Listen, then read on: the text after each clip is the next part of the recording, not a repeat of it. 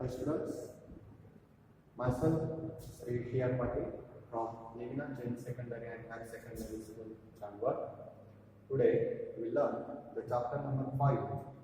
Title is The Origin and Evolution of Life. Previous lecture we discussed how to originate life on Earth, how to Earth origin. हे सर्व आपण मागच्या काही slides मध्ये बघितलंय.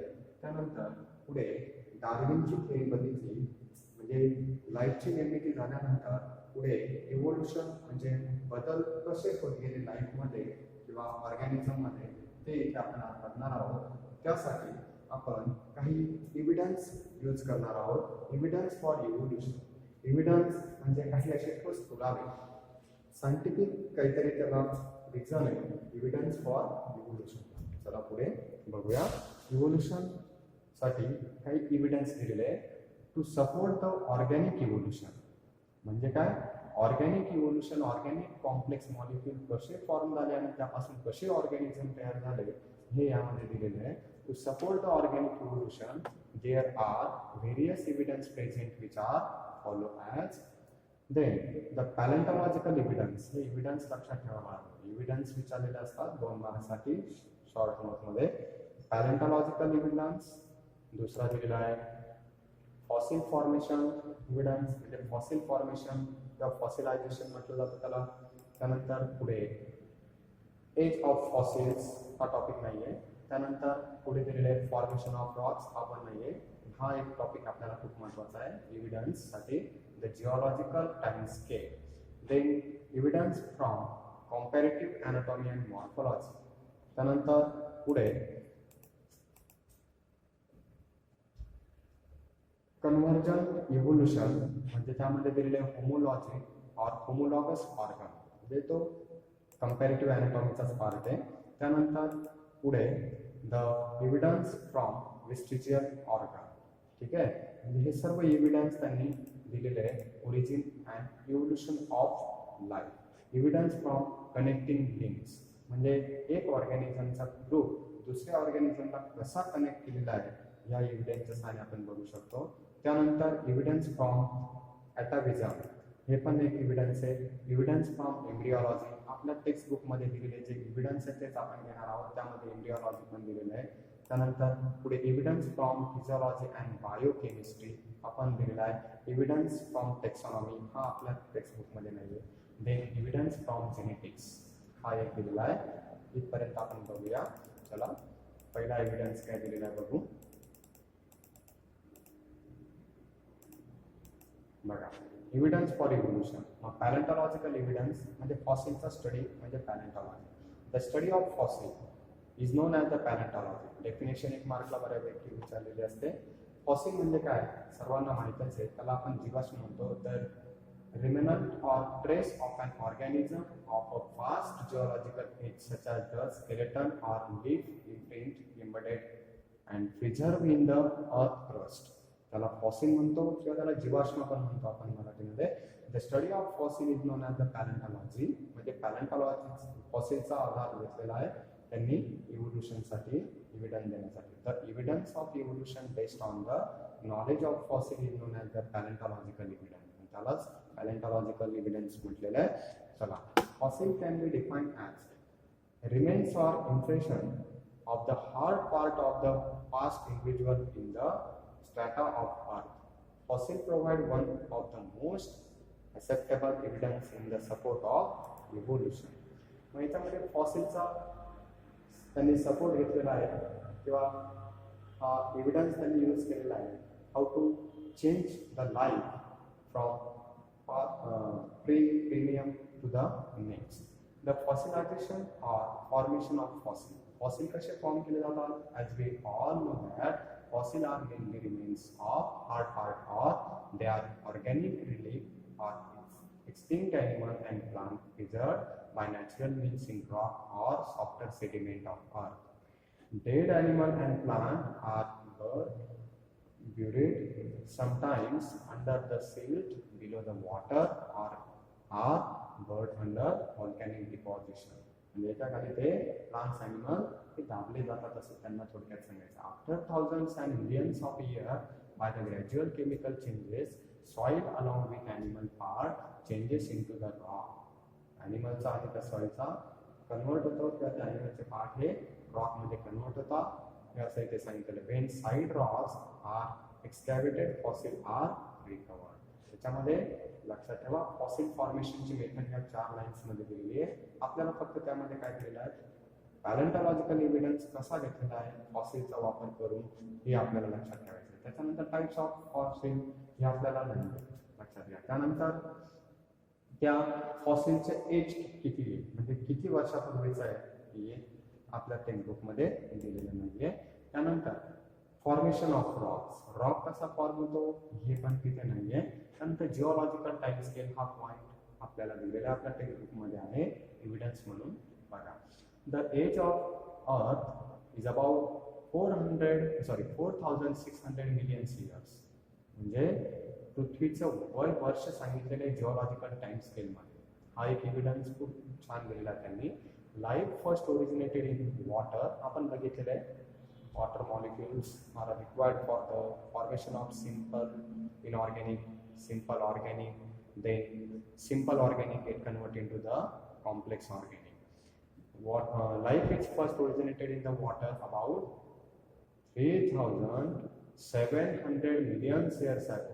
बघा ते काय सांगताय जरी पृथ्वीची निर्मिती किंवा पृथ्वीचं वर्ष त्यांनी 4600 मिलियन इयर्स आधी सांगितलेलं आहे पण life originated in water about 3700 million years ago. The history of Earth has been divided into a number of major divisions called as eras. जर आपण ती हिस्ट्री बघितली अर्थची तिला डिवाइड जर केलं नंबर ऑफ मेजर डिव्हिजन्स मध्ये तर त्याला इरा म्हटलं जातं हे लक्षात ठेवा. The eras are subdivided into periods. आणि त्या इराला ज्यावेळी आपण डिवाइड करणार तेव्हा ते पिरियड्स फॉर्म केले जातात. The modern periods are further divided into the epochs. By studying fossil occurring in the different strata of rocks, geologists are able to reconstruct the time and course of evolutionary changes. पण geological time स्केलमध्ये काय सांगितलेलं आहे पृथ्वीचं वर्ष, life originated in the water ते year सांगितलेलं आहे. त्यानंतर त्यामध्ये हे 3 पॉईंट फार महत्वाचे इरा, पिरियड्स आणि इपो. इरा म्हणजे काय समजलं डिवायडेड. जर earth has been divided into number of major divisions. जर अर्थचं एज डिवाइड जर केलं तर त्याला इरा म्हटलं जातं. नंतर ते इरा सब डिवाइड केले तर पिरियड्स फॉर्म होतात. नंतर पिरियड्स डिवाइड जर झाले तर त्याला इपोक म्हटलं जातं. देन हा दुसरा एक एव्हिडन्स यामध्ये दिलेला आहे evidence from comparative anatomy. Comparative म्हणजे दोन्हीमध्ये काहीतरी तुलना केली पण कशामध्ये anatomy internal organ and morphology.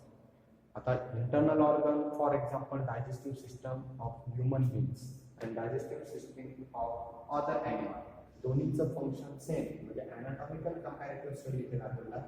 मॉर्फॉलॉजीमध्ये काय फॉर एक्झाम्पल हियर्स जे आपले केस असतात ते आणि अदर ऑर्गॅनिझममध्ये जे हियर्स आहे त्यांचं फंक्शन स्ट्रक्चर थोडंफार चेंज असेल परंतु त्यांच्यामध्ये त्यांनी कम्पॅरेटिव्ह स्टडी केलेला आहे. थोडक्यात लक्षात ठेवा. The evidence from comparative anatomy, anatomical part and morphology, external part. Different animal and plants show dissimilarities. बरोबर. In their structure, but in some characters, these animals and plants show similarities. ते असं म्हणतात की प्लांट्स आणि animal मध्ये डिसिमिलॅरिटीज असतात परंतु कशा स्ट्रक्चरली. पण सम कॅरेक्टर काही असे कॅरेक्टर्स असतात प्लांट्समध्ये आणि ॲनिमल्समध्ये. फॉर एक्झाम्पल प्लांट्समध्ये जर आपण लोअर प्लांट एक्झाम्पल घेतलं म्हणजे आधी ते ग्रो इनसाइड द वॉटर ते टेरेस्ट्रियल प्लांट यांच्यामध्ये कॅरेक्टर्स सेम कोणते ग्रीन पार्ट. जर आपण ॲक्वेटिक प्लांट बघितले त्यांच्यामध्ये क्लोरोफिल पिगमेंट असतात म्हणजे ते कॅरेक्टर त्यांच्यामध्ये आहेत. इकडे जर आपण हे प्लांट्स बघितले टेरेस्ट्रियल प्लांट त्यांच्यामध्ये सुद्धा ग्रीन पार्ट हा सेम असतो म्हणजे हे सिमिलॅरिटीज आहे. Plants show similarities. The study of comparative anatomy of different groups show basic similarity and this fact indicate that these groups are related with each other.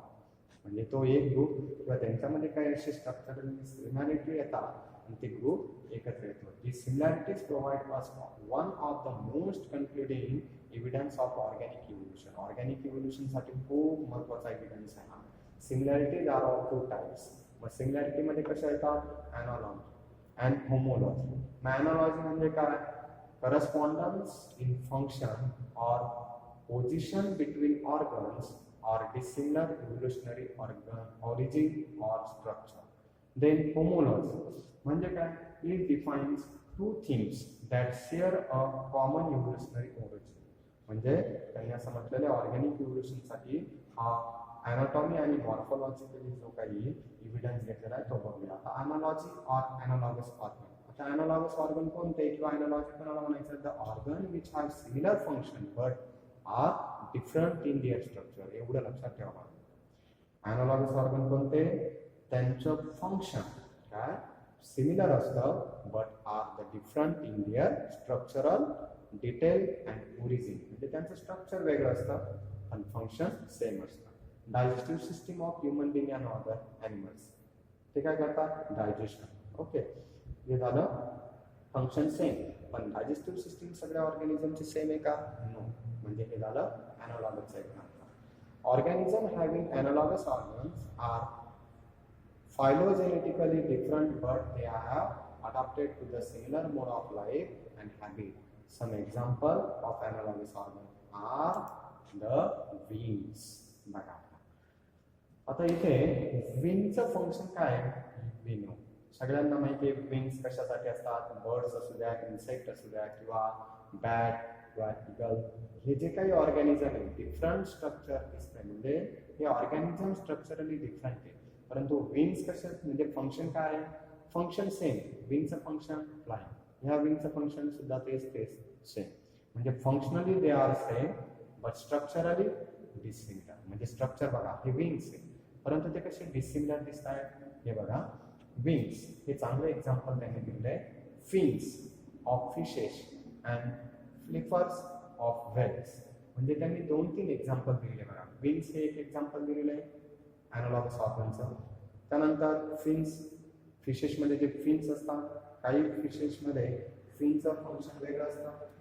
म्हणजे stunning म्हणजे जर त्यांना फिरायचं असेल चेंज करायचे असेल डायरेक्शन तर त्याच्यासाठी फिनचा वापर केला जातो. हे आपण इथे बघितलं.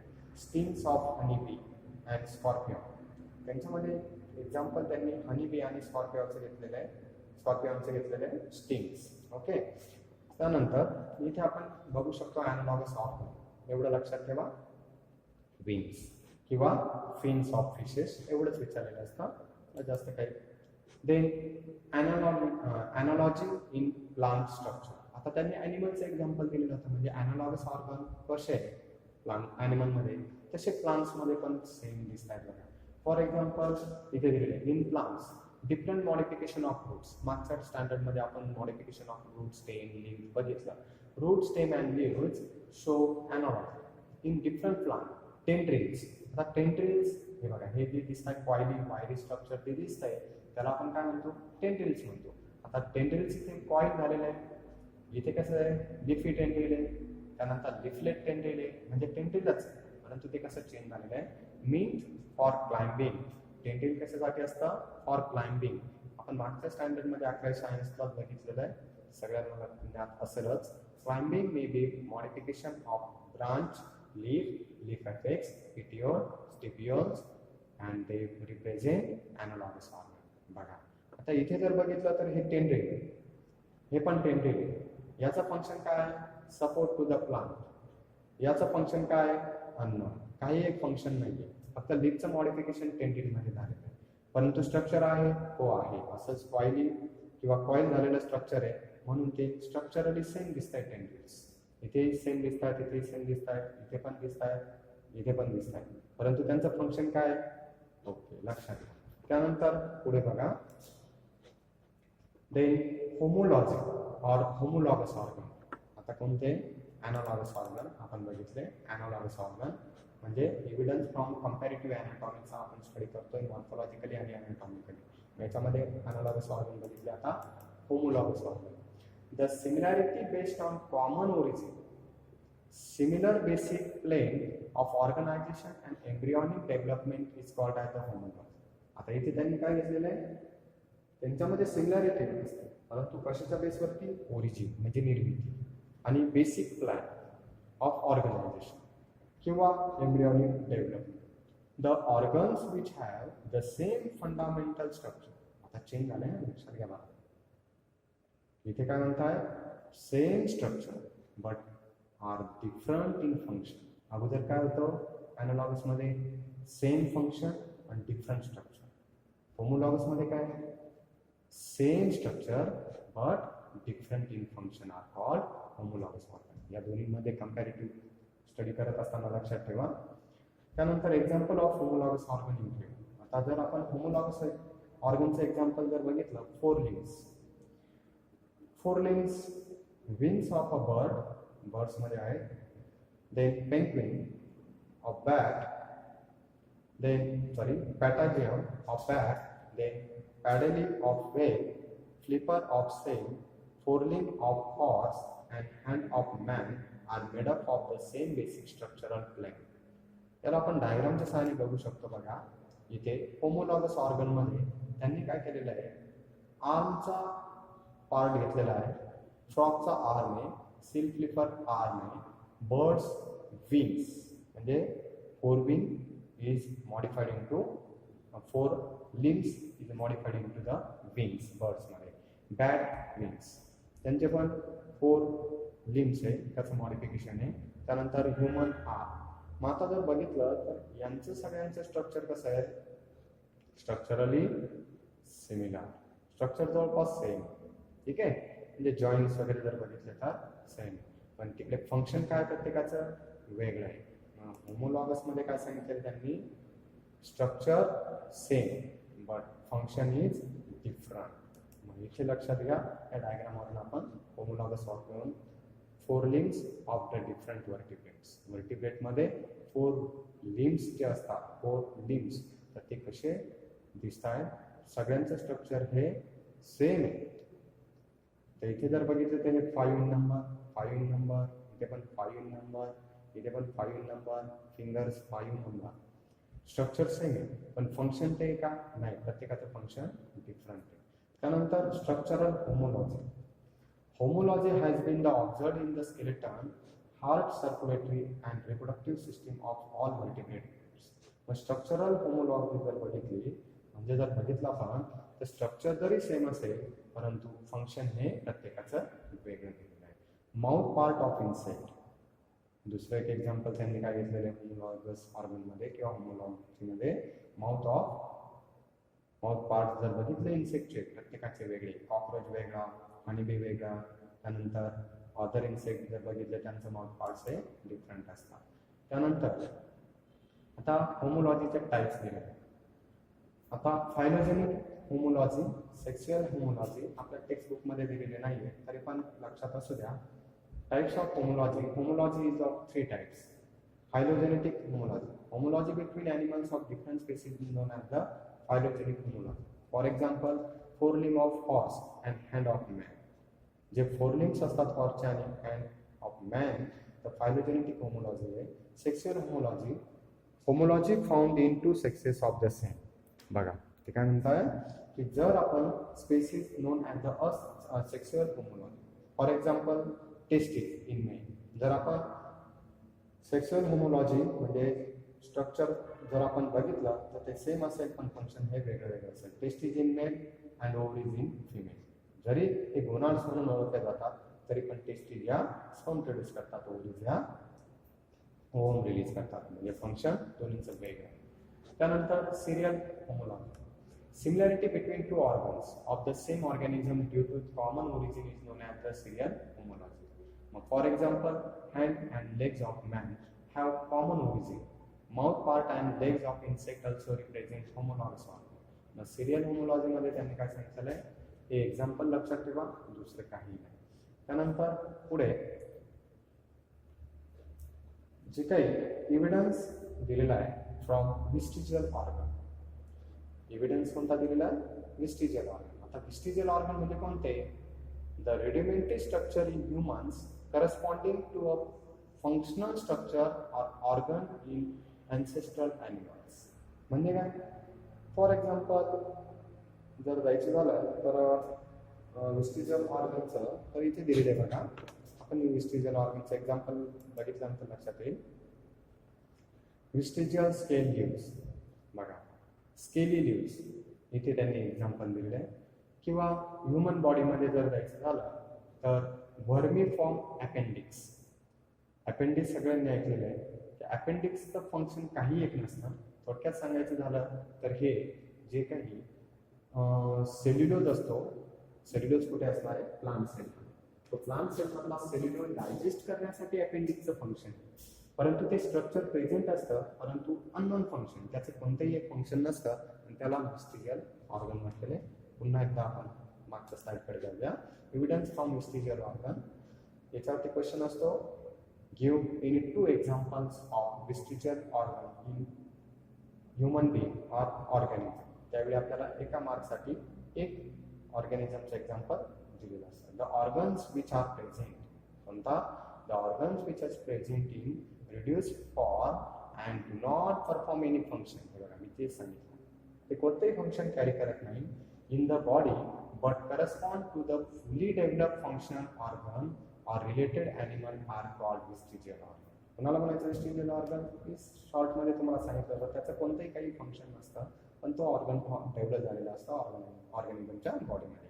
These are believed to be remnants of organ which were completely functional in their ancestor. Few example of vestigial organ. त्याच्यामध्ये example vestigial organ in human body, muscle of the pinna, vermiform appendix, caudal vertebrae, coccyx or tailbone म्हटलं जातं याला, wisdom teeth or third molar, hair on body, nipple in man. ठीक आहे, हे झाले human बॉडीमध्ये व्हिस्टिजियल organ. त्याची पुन्हा डायग्राम आपण इथे बघू शकतो. बघा, लेस हिअर ऑन बॉडी, हे बघा निपल ऑन मॅन, याचं अननोन फंक्शन असतं, यांचं काही एक फंक्शन नाही. त्यानंतर इथे पुढे दिलेलं आहे बघा, हिअर्स, जे काही कानांच्या आउटर कवरिंगला जे ऑडिक्युलर ऑर कार मसल्स, ऑलरेडी त्याचं नाव दुसरं दिलेलं आहे त्यांनी, हे हेअर्स असतात, याचं काही एक फंक्शन नाही. त्याच्यानंतर पुढे जर आपण बघितलं, हे ह्युमन बिंगचे एक्झाम्पल दिलेले आहे. त्याच्यानंतर पॉइंटेड कॅनल टूथ, हे बघा आता यांच्या थर्ड मोलार, म्हणजे याला थर्ड मोलार म्हटलं आता विजडम टूथ. तर याचं काही एक फंक्शन नाही आहे तरी पण तो डेव्हलप झालेला आहे. असे अदर ऑर्गॅनिझममध्ये सुद्धा असे काही, हे बघा इथे अपेंडिक्स दिलेले आहे. कोलॉन हा डायजेस्टिव्ह सिस्टमचा पार्ट आहे, इलम हा पण डायजेस्टिव्ह सिस्टमचा पार्ट आहे, अपेंडिक्स वर्मिफॉर्म. आता याचं अननोन फंक्शन पण structurally present in side the human body. ठीक आहे, हे बघा इथे पण दिलेले अपेंडिक्स. एक्झाम्पल लक्षात असू द्या, दुसरं काही नाही. मग व्हिस्टिजियल ऑर्गन इन ह्युमन बॉडी, मग तुम्ही त्याच्यामध्ये कोकॅक्सी ऑर टेलबोन असं लिहू शकता, अपेंडिक्स असं लिहू शकता, इयर्स ऑन बॉडी किंवा nipple in man. Vestigial organ in plants, plants बद्दल विचारलेलं असेल तर मग स्केली लिव्स हे एक व्हिस्टिजियल ऑर्गनचं असणार आहे. त्यानंतर vestigial organ in other animals, other ॲनिमलमध्ये पण दिलेले आहे, मग hind limbs and pelvic girdle of pythons and Greenland whales, wing of flightless bird. आता फ्लाइटलेस बर्ड जर बघितले इमू वगैरे तर त्यांना विंगचं काही एक गरज नसते. ठीक आहे, तरी पण तिथे ते फॉर्म झालेले असतात, स्ट्रक्चर असतात पण फंक्शन अननोन. त्याच्यावर एक्झाम्पल ऑस्ट्रिच, इमू वगैरे दिलेले, हे एवढं लक्षात असू द्या. त्यानंतर आपण पुढच्या एव्हिडन्स फ्रॉम कनेक्टिंग लिंक्सकडे जाऊया.